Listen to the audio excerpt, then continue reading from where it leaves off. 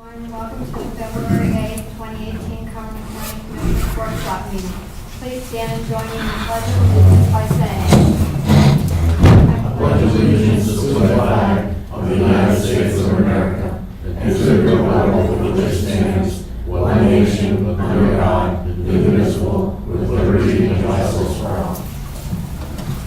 Call the meeting to order at 9 a.m. and at this time open up the floor to public comment. Okay, hearing none and seeing none, we'll move on to agenda item number 3. I'm calling Commissioner DeFelice to present the EPA 2017 Energy Star Award to John Ross. John, please come forward. Well, John, you can stay seated for just a minute. Just want to announce that for the 7th straight year, Cumberland County has been recognized for its energy conservation operations. We have received the United States Environmental Protection Agency's 2017 Energy Star Award.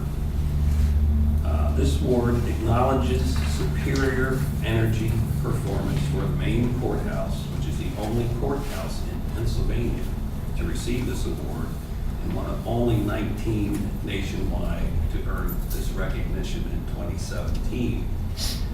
The Energy Conservation Plan was initiated in 2005, and the county enrolled in a guaranteed energy savings program with a 15-year guaranteed payback.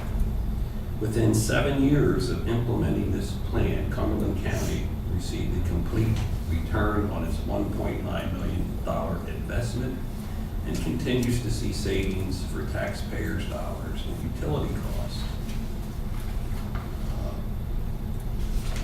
Cumberland County was the first county in the state to implement this program.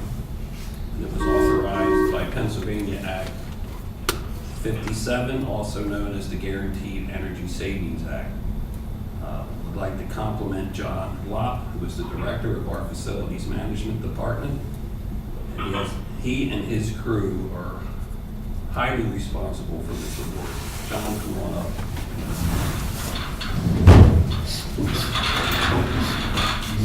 I have some. Gary, we just started and It's going to be a regular thing. we're doing the Energy Star Award. Yes, good, thanks. All right. John, congratulations. On behalf of the county and the residents of the county, the taxpayers of the county, we thank you and your crew for making this an efficient place. Do you have any comments, anything you want to say? Jimmy, anything too? All I have to say is that we have a fantastic crew here in Utah right now, and I just appreciate it. And it's kind of I used to work in commercial when I came to government. It was a satisfaction to save money wherever we could because it benefits the county and the taxpayers. Jim, anything? No, I just want to congratulate John and our maintenance folks. I think that this initiative that was started when 10 years ago now, I think has proved to not only conserve energy but save taxpayers dollars, and that's a big deal. Essentially, saved the $1.9 million in the investment on top of that, and every year, we're saving more. So, congratulations. Thank you. Thank you. Gary, do you have any comments? Yeah, I would just add my congratulations.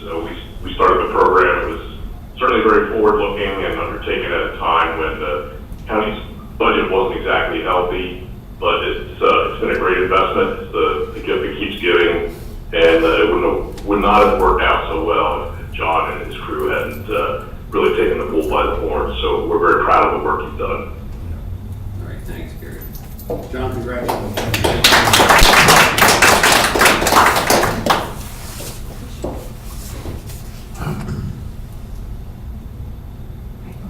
Thanks, Richard. Thanks.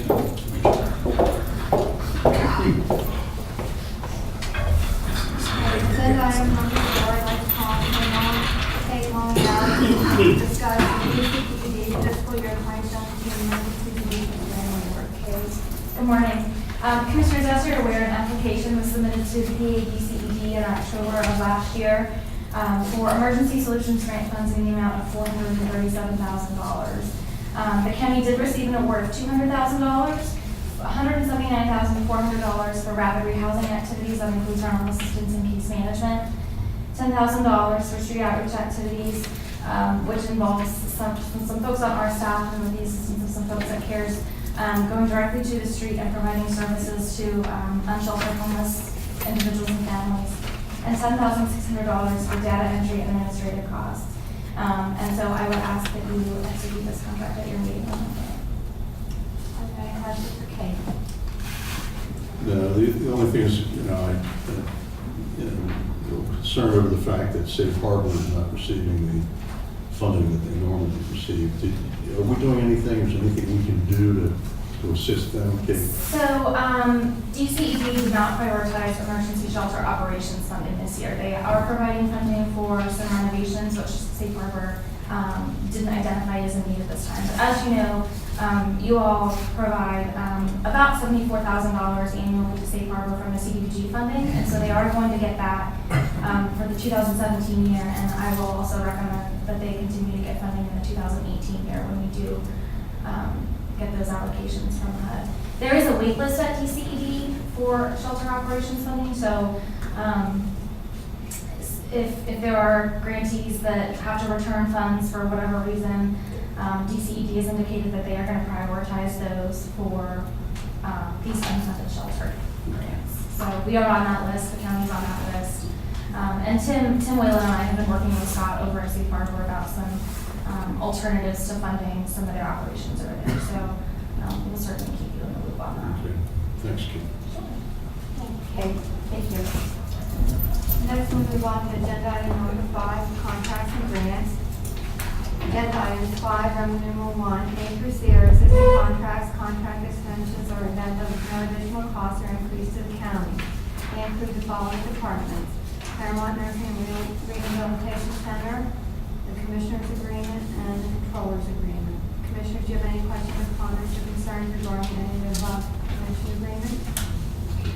So, Hearing none, we'll move on to agenda item number 5, Roman numeral 2, which consists of new contracts, vendors, services, grants, and contracts with increases and decreases to the county. And begin with calling on Melissa Mikes will discuss the agreement with Government Software Solutions. Is she here? Okay, we'll move on to item B. And call on Lisa Ryder to discuss the 5 agreements for children in needs. Lisa? Morning, Commissioners. I've been bringing Jamie Ryder with me, who plays an integral part in our contracting process and dealing with providers in our agency and ensuring we get the best rate we could. So I'd like to have her present tonight. That's okay? Morning, Commissioners.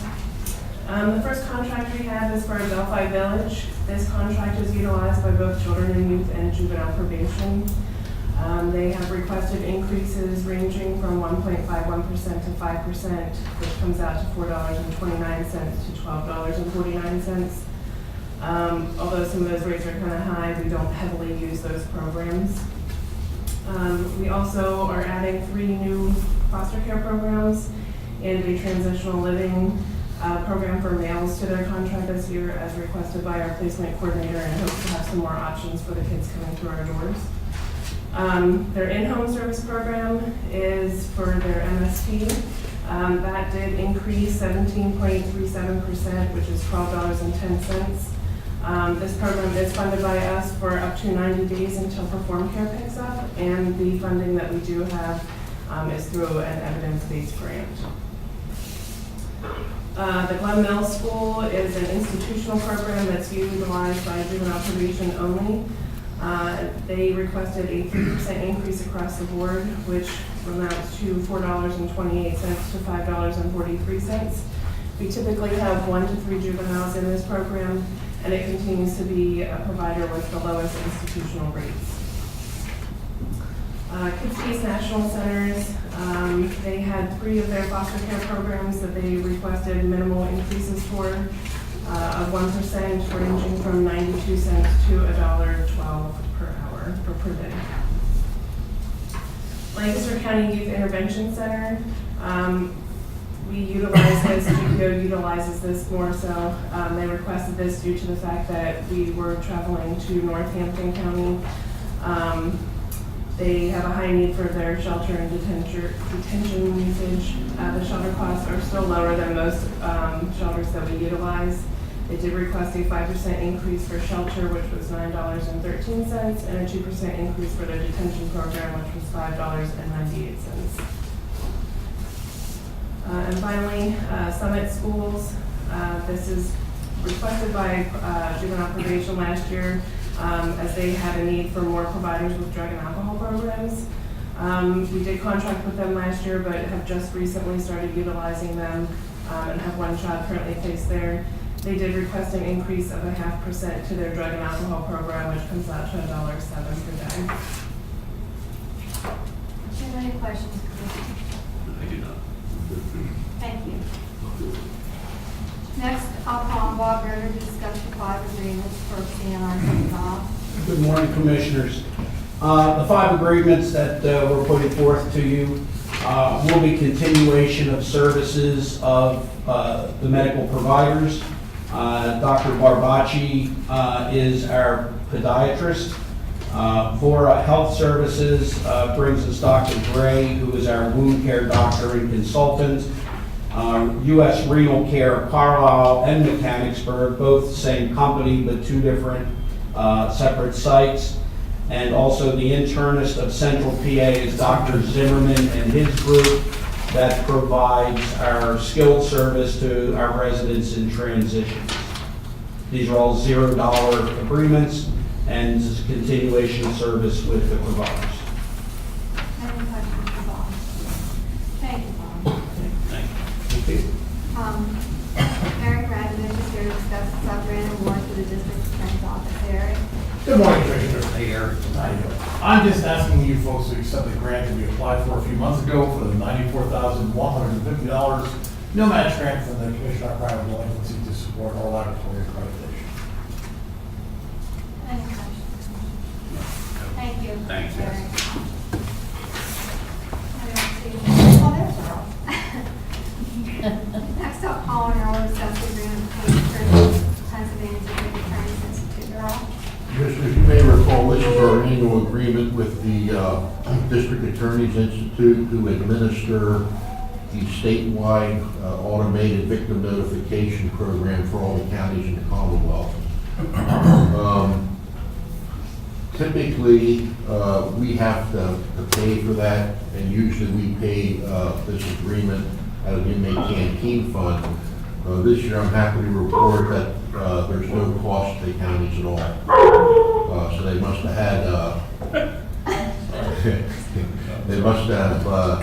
had had grant funding through BCCD.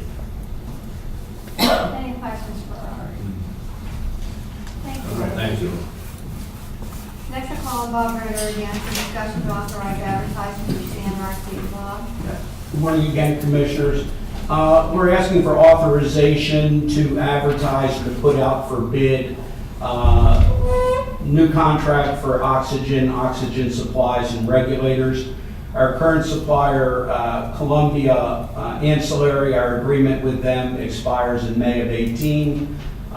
We're estimating about a $65,000 contract for oxygen, so we would like to put it out for bid to see what kind of rates we might get elsewhere. Any questions for Bob? Thank you, Bob. All right, thank you. Good morning. Connie Heckert is here to discuss the public safety hazardous material emergency response preparedness report. Connie? Good morning, Commissioners. This is the annual assessment. It's an overview, a detailed overview of the hazmat program. It includes what we've done over the year, the LAPC activities, financial statement of what we have taken in this year, and it also includes what we think we're going to take in for next year, and also what activities we plan on doing in 2018. Are there any questions for Connie? Thanks. Thank you, Connie. Thanks. Next is discussion of capital project requests, and I'll call John Law to discuss the facilities department capital project. John? Yes, Commissioners, this is a prior capital project request. The estimate was $105,000, and it actually came in about $53,000 more than the estimate.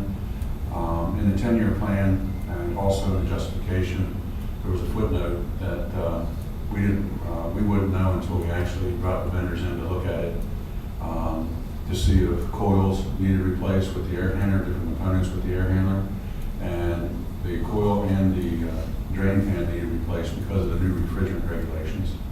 And that increased the cost as well as prevailing wage, which normally doubles the cost of installation.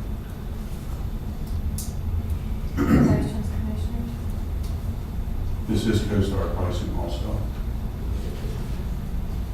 Okay, so instead of 105,000, it's 158,000, is that? I think it's 157,676, but 158,000, yeah. So what was budgeted, John? 105.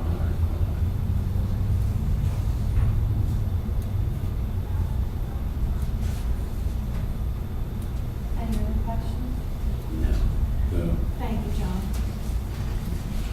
For agenda item number 9, Commissioner DiFilippo will discuss the LAPC appointment recommendation. Commissioner DiFilippo?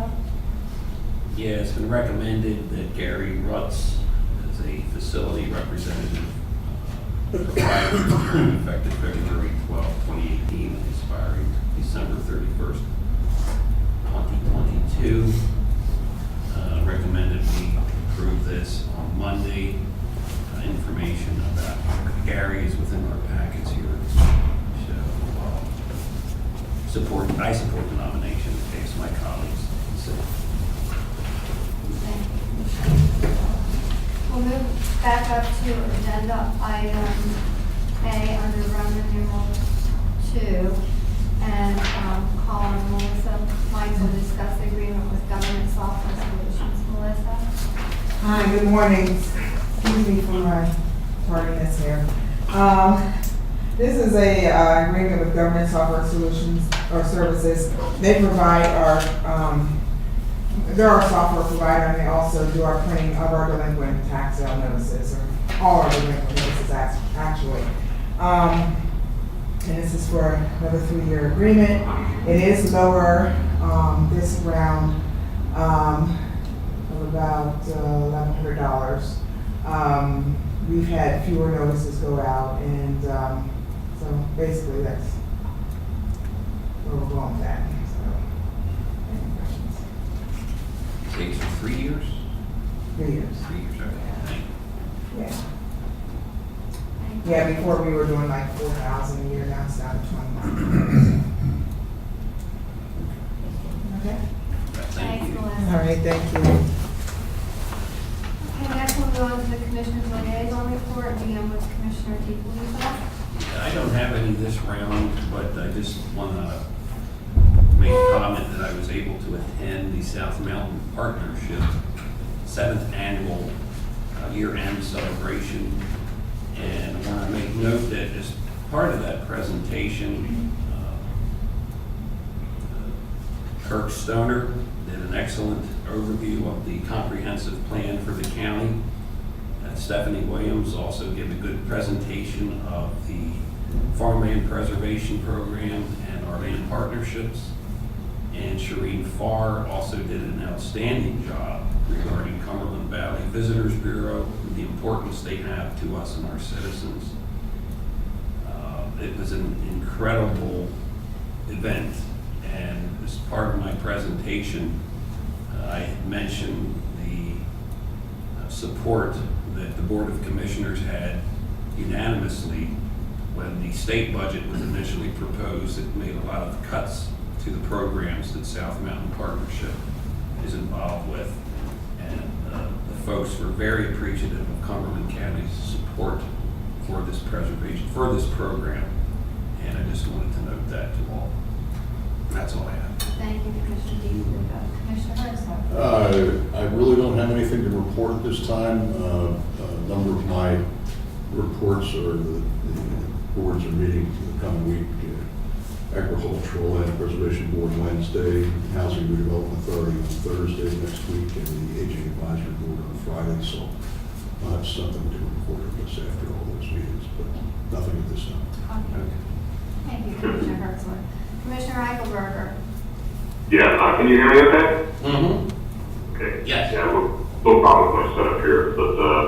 Okay, I don't have a lot either. Most of my meetings were prior to the last workshop, and I reported out extensively on this. However, I did want to mention, I think you already realized that the planning retreat that was scheduled by the planning commission is in the process of being rescheduled due to the inclement weather. And I know Kurt is surveying members about the new date. I don't know what that is yet. I don't think it's been decided. I think he gave everybody on Friday. I'll be sure to let you all know. Obviously, they're hoping for commissioner attendance. I plan to be there, barring that. I may ask somebody else if they would like to put in an appearance, show support, and register some opinions. But I will most likely be there for that. Of course, anybody's welcome to sit in for part or all of that as well. But I'll pass the date along to you as soon as it's finalized. That's all I have. Thank you, Commissioner Eichelberger. I would like to report that executive sessions were held on the following dates for 2018. January 29th at 1 p.m., January 31st at 11:15 a.m., and February 1st at 10:30 a.m., all regarding personnel issues. I would also like to request an executive session be held directly after this meeting regarding personnel issues. Is there any other business to bring before the Board of Commissioners today? Okay, hearing none, we are adjourned.